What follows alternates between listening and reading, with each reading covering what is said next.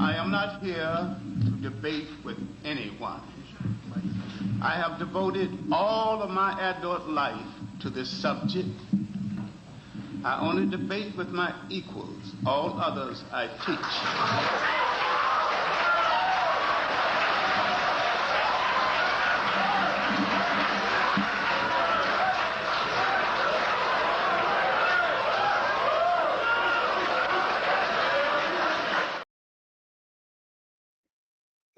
Let me go ahead and say this straight up. Now, I had to take a detour from current events, and I lost a lot of ground based upon what happened yet yesterday and over the Rude Imp thing. But Charcoal Kitty issue.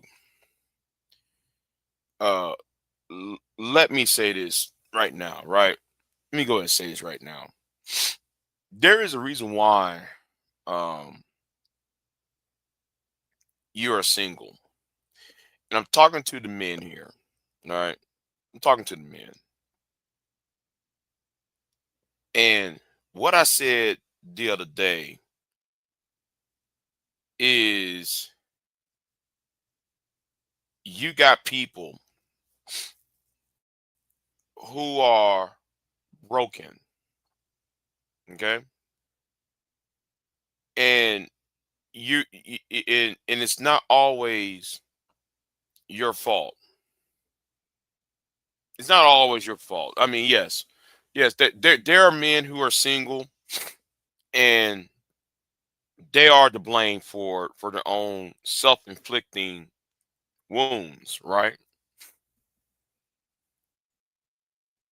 And excuse me if I have I have a allergy problems because it's fall time and such.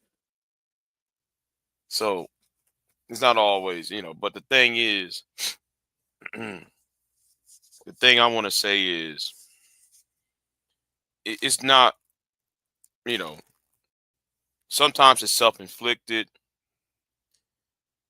sometimes it is not. Let me go ahead and do this real quick. I forgot to turn this on.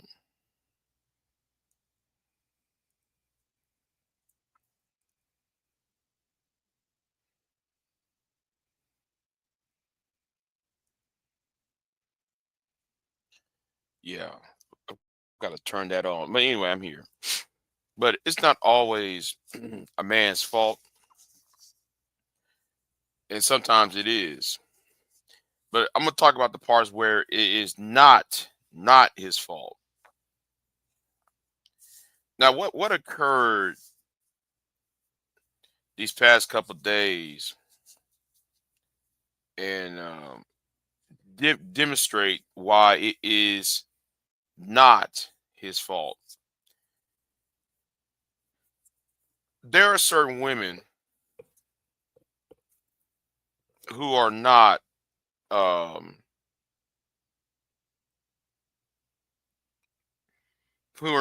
approachable. There are women over here on in there are women who are uh you shouldn't even approach. They might look a certain way, since some of y'all give looks too much. Some of y'all give look some of y'all look at a woman's appearance and y'all think and y'all only judging by that, right? But yet y'all not judging by what's coming out of her mouth, right? The things that come out of her mouth, the things that make sense, right? You're too busy looking at the smile and looking at you know the winks and nods that she's giving to you and you're receiving. You know, looks don't let looks be um yeah, but anyway, the point is it doesn't matter how much a woman looks, how good she looks, and how you know there's a veneer of double-mindedness and this double-minded attitude, this double-minded behavior is very off-putting. So if you are single, in this case, do not feel bad. Okay. And the reason why there's so much double-mindedness is because there's no order. Now, it's shocking that I'm saying it, right? There's no order. That person that you're trying to seek attention from, she does not understand what she was not brought up understanding what respect is.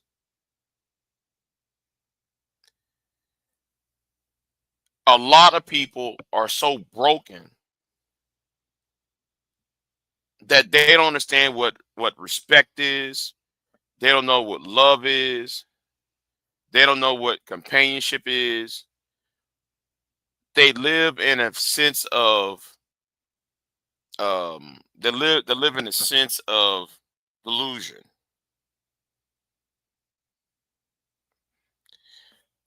They allow what they allow reality TV shows, and they allow what they see on certain television programming to dictate what is reality when it does not fit in reality itself. And yes, I did say reality TV shows, but reality TV shows does not is not quote unquote reality. It's scripted, halfway scripted. So yes, and because of the brokenness, right? A lot of these women that who are broken themselves needs broken men. A man who is stable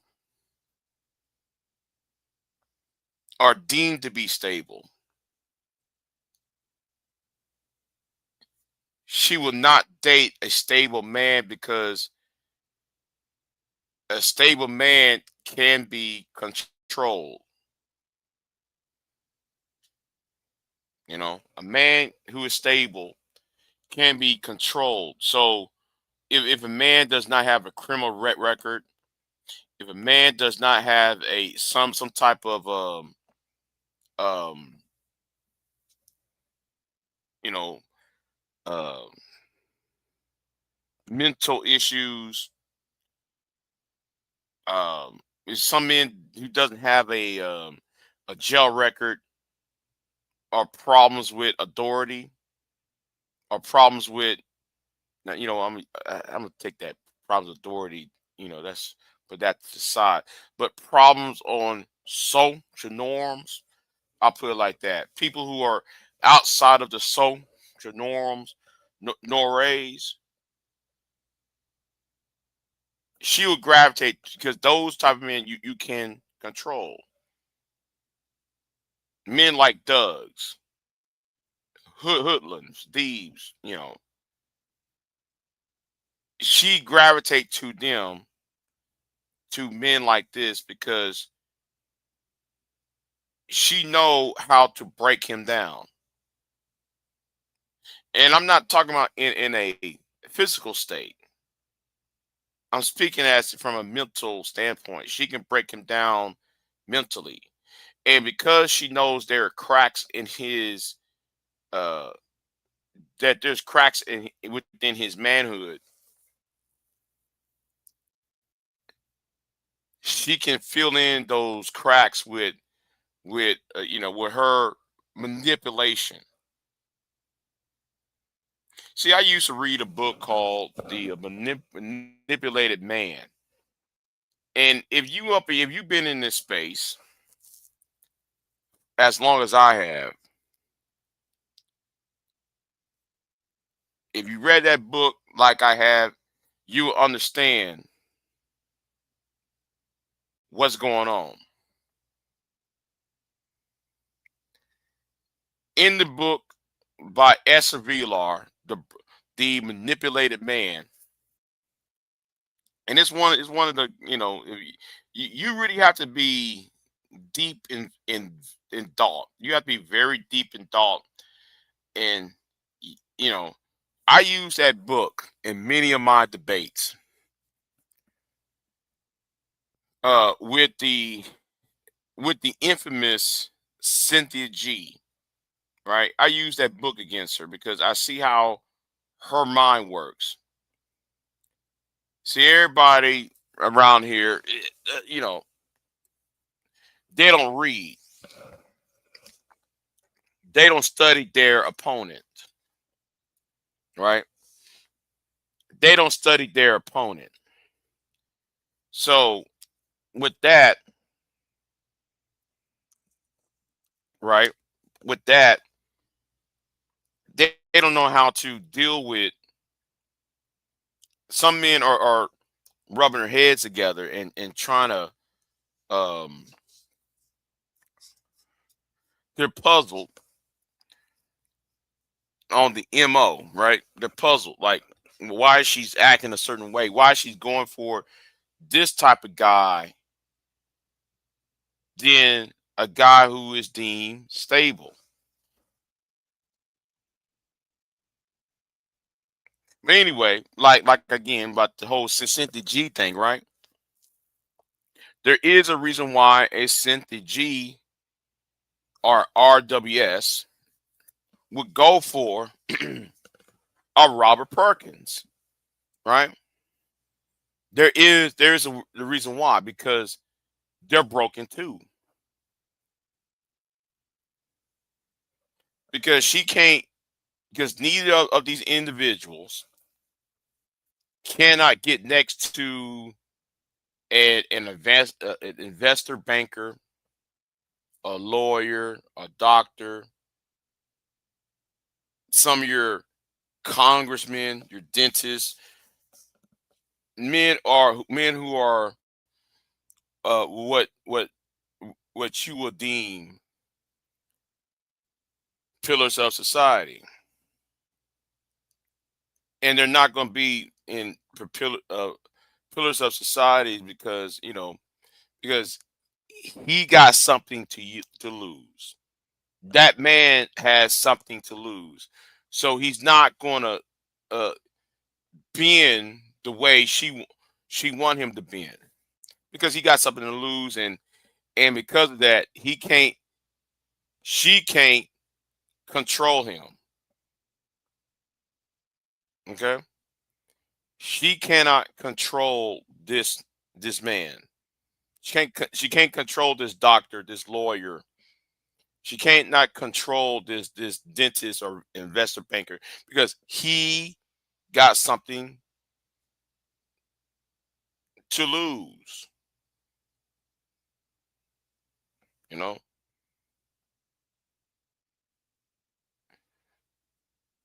and I'm gonna say this to some of the men here: do not get frustrated. I'm talking to the men who are legitimately frustrated. I'm not talking to these red pill idiots. I'm talking to the men who are legitimately are um, confused. Do not get confused. Do not get angry. It's easy to get angry. The best way to deal with this, right, in my humble opinion, the best way to deal with this is start being indifferent. Start being um start putting some people in arm's length at best. If not, if and that's when you cannot cut them off entirely. Put them in arm's length at least. That's what I think those, that people should do, right? Or men should do, particularly when it comes to broken women.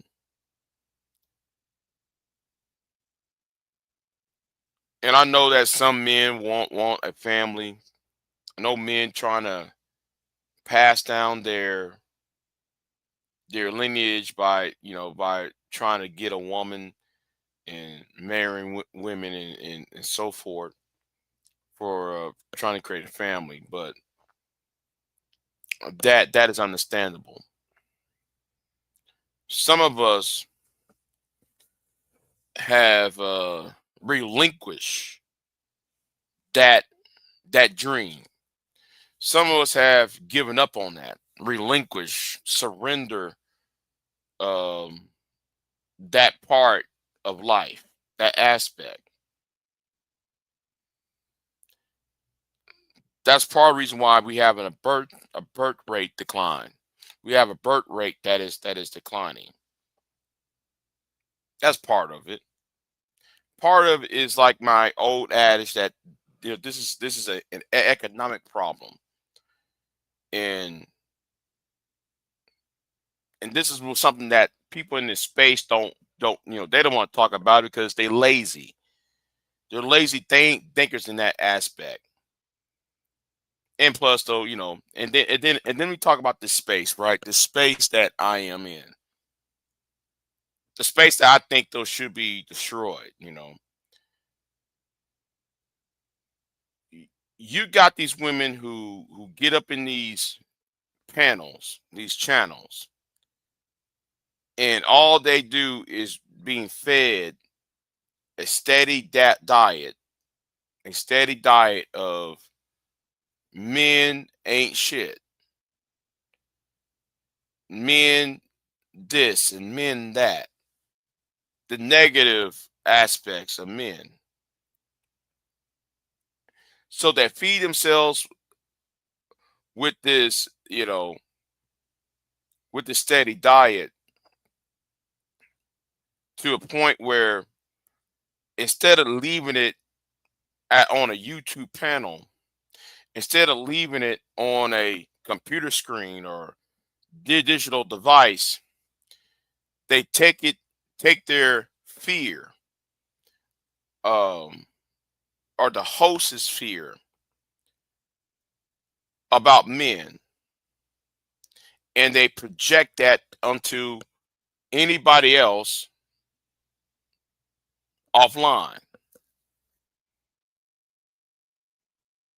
That's why I said, though, when it comes to the manosphere itself, right, and also to the BWE, the Black Women Empowerment. That's why I said, though, these people are a hate group. The manosphere and BWE are hate groups, and you know doing this social no, scratch that, doing this trauma bonding, not social bonding, trauma bonding. And all this trauma bonding and shame, blame, and explain, all it does is reinforce fear. And that's what happened on Taylor's channel yesterday when a woman chasing after Rude. Mind you, Rude is deemed to be a broken man based on his history, based on his childhood, all of that.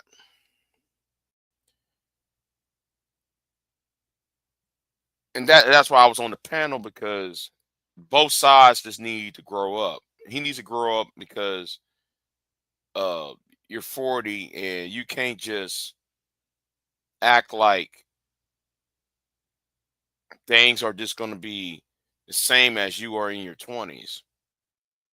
She needs to grow up on her end, because being on the Bomb Cherries, being on the RWS channels, being on these Cynthia G channels, these female quote unquote led channels, and it's absorbing this this female victimhood narrative over and over again, it's bad for one's health.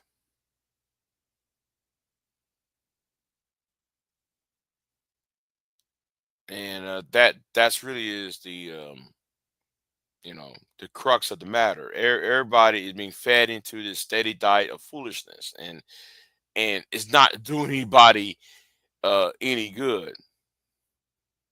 And let me say this to some men. Some of y'all just need to embrace the idea, or to accept the idea of being single. Okay. Now, if you are, and this is my problem with the black community, right? The black community does not have anything for single men. And when I say single men, I'm talking about men over the age of 30, right?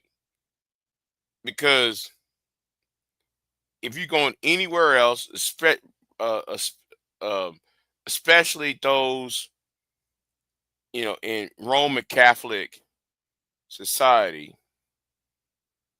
Black America, who's mostly Protestant, we get to shame single men for being a loser in life, or he's homosexual, or he's a potential danger to the children in some way, whether that's sexual or otherwise, or that he's careless with his money, that he is not capable of, you know, sustaining himself. He's unstable. And a lot of that ain't true. But because there are a lot of single men in America and Western society, is not necessarily his fault. But back to my original argument, and I'm getting sleepy and tired because I just got to put this out here.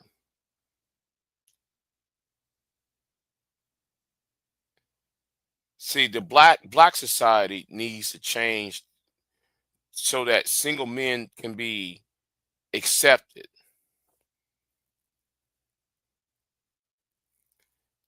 because a single man without kids is just as viable to society as those who are.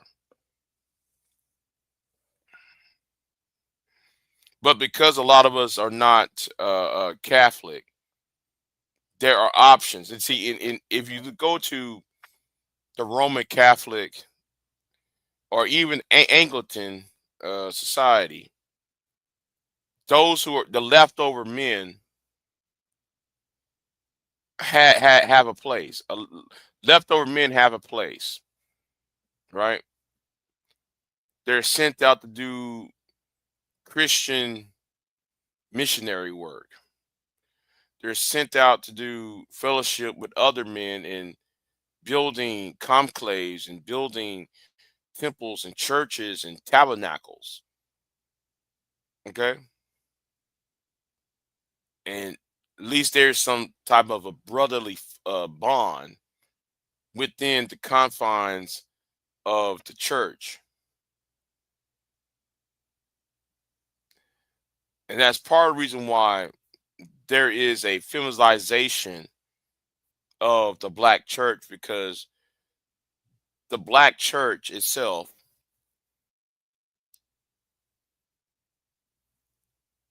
is too much heavy on child sharing. I mean, no, I'm sorry, child blaming and marriage blaming of young men, while keeping black women, the women in said community, single, rather than using the lessons of Paul. This is my This my issues I have with the black church, and you know, and their dislike of single men. Okay, the hypocrisy of the black church when it concern itself with single men, it looks down on single men. It looks down on single men while forgetting who Paul was, Apostle Paul.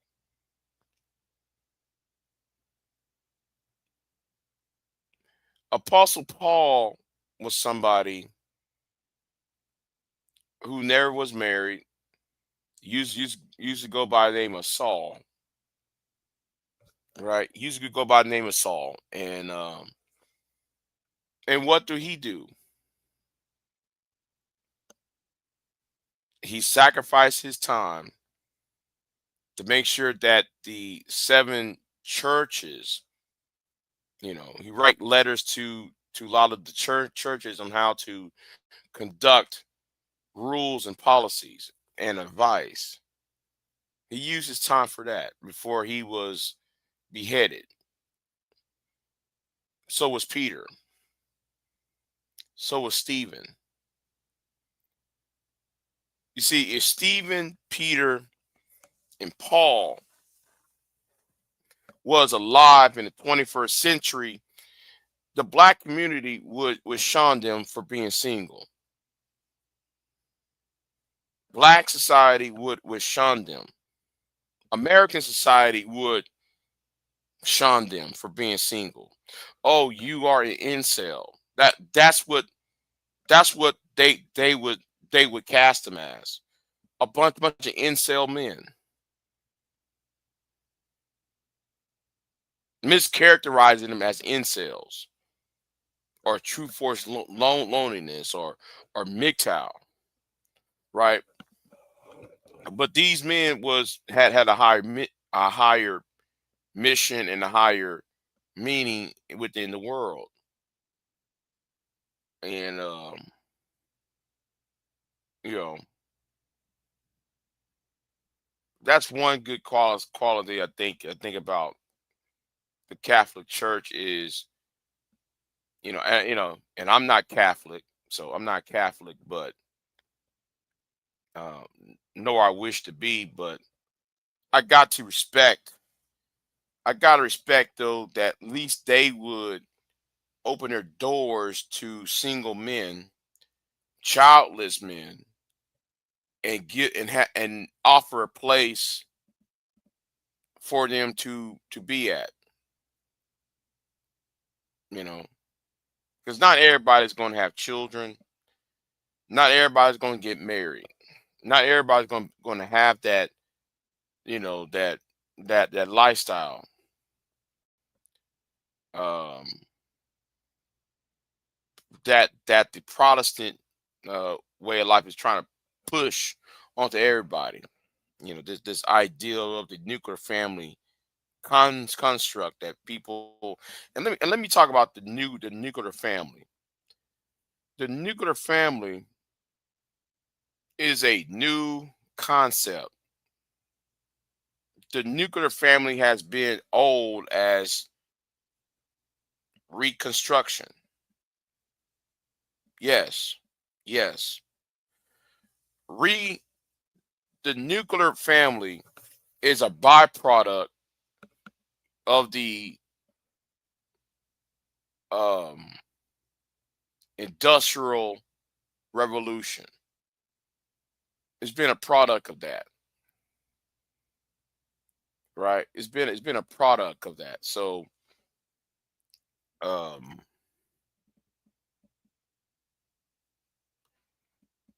and the reason why it's a product of the industrial revolution because families used to live. There's been multi-generational land, right? A lot of the land of the frontier is multi-generational. Somebody's great grandpa, grandparents built, create, had the land, and over the course of years, you got 4 or 5 generations living in the same location. And because there's no more of that, right? Because of the industrial revolution, because like we became at large an agricultural based society, a rural agricultural based society to a urban mechanical society, and now informational society. We get we move around. So therefore a man and woman does not live no, they live in single family homes, and they are away from their ancestral home. That's where the nuclear family came from. The 1880s, the Gilded Age. I put it, better point, the latter point of the Victorian Gilded Age era. You know, that's if y'all really want to know about the origins of um that's if you want to know about the origins of the nuclear family. And we got to understand that the nuclear family construct is not, even though we find it favorable from the lens of the uh Leave It to Beaver, but the nuclear family is not always the best. um it's not always the best. It's not always a realistic option for many people, because of lifestyles and how the human condition change. And plus that men were wholly dependent upon, right?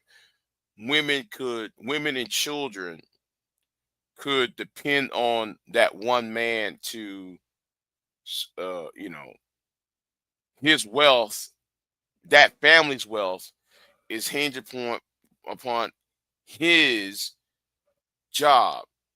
And since 1945, you know, technology has changed wildly since then.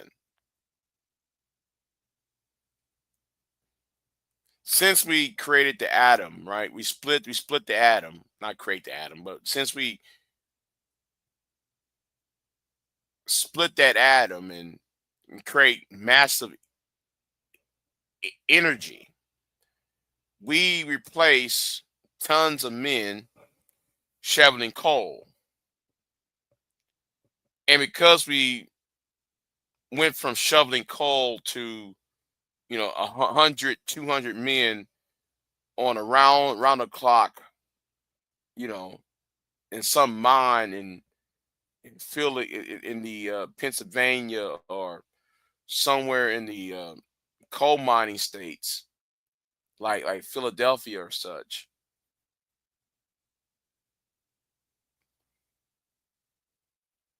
The coal that, hundreds of men are used to shovel out the coal, and now it only takes a handful of men to run a power plant.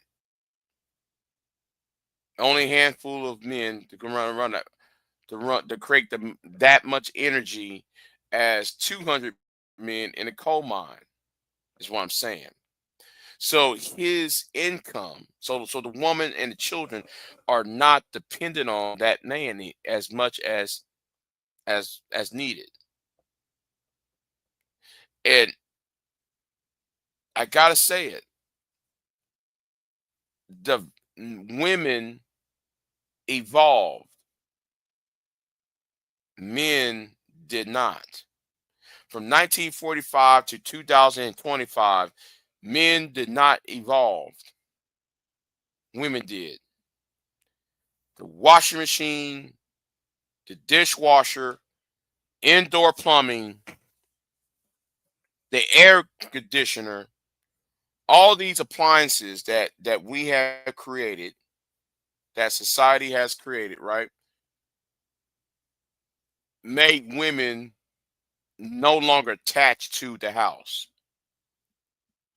Was no welfare program like you hear these red pill idiots and the manosphere of clowns and the MGTOW fools will make you believe. No, no. Our technological advancement within the last 100 years or last 120 years, and especially after 1945, you know, women have more luxury time than just being saddled to that house. And she's adding extra income into that house.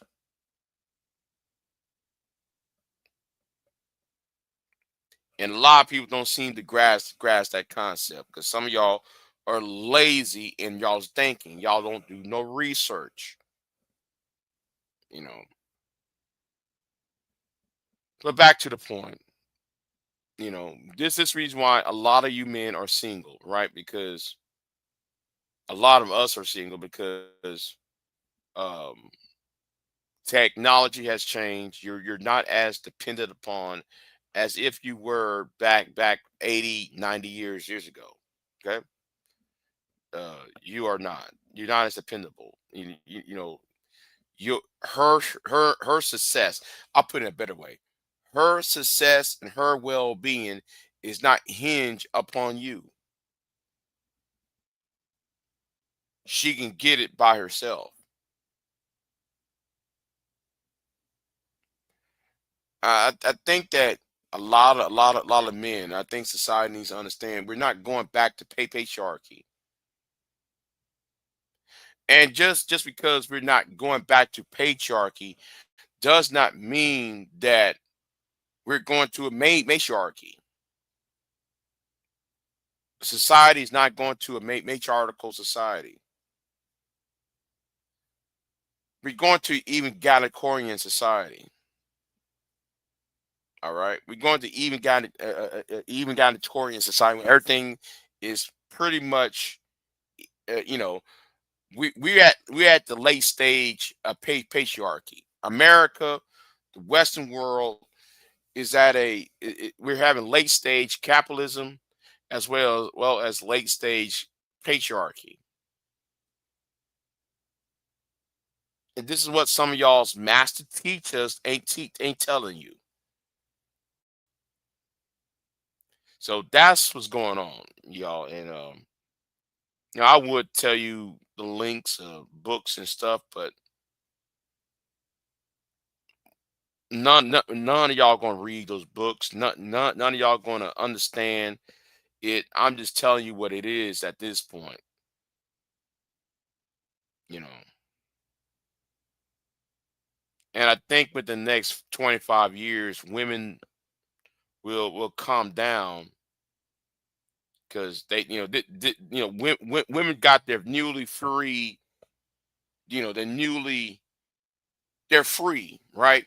Women are free, so you got to give women. As a society, you got to give women 25 more years so they can calm down and with this newfoundly freedom that they have for the past 80 years, and they'll calm down for most part and be more thoughtful uh on how they perceive life, because some of you men trying to shame, blame, and explain these women, that's not an option. Y'all, they know and they don't care, and a lot of y'all are just gonna have to accept um, that you're not going to get the family that you want. You're not going to get you know, the Hollywood storyline of what is a family. You know, so all I'm gonna tell y'all is, do not get get do not let this information discourage you or such. It's just that society has changed and you're gonna have to adapt to it. So anyway, I'm out of here. I am not here to debate with anyone. I have devoted all of my adult life to this subject. I only debate with my equals. All others I teach.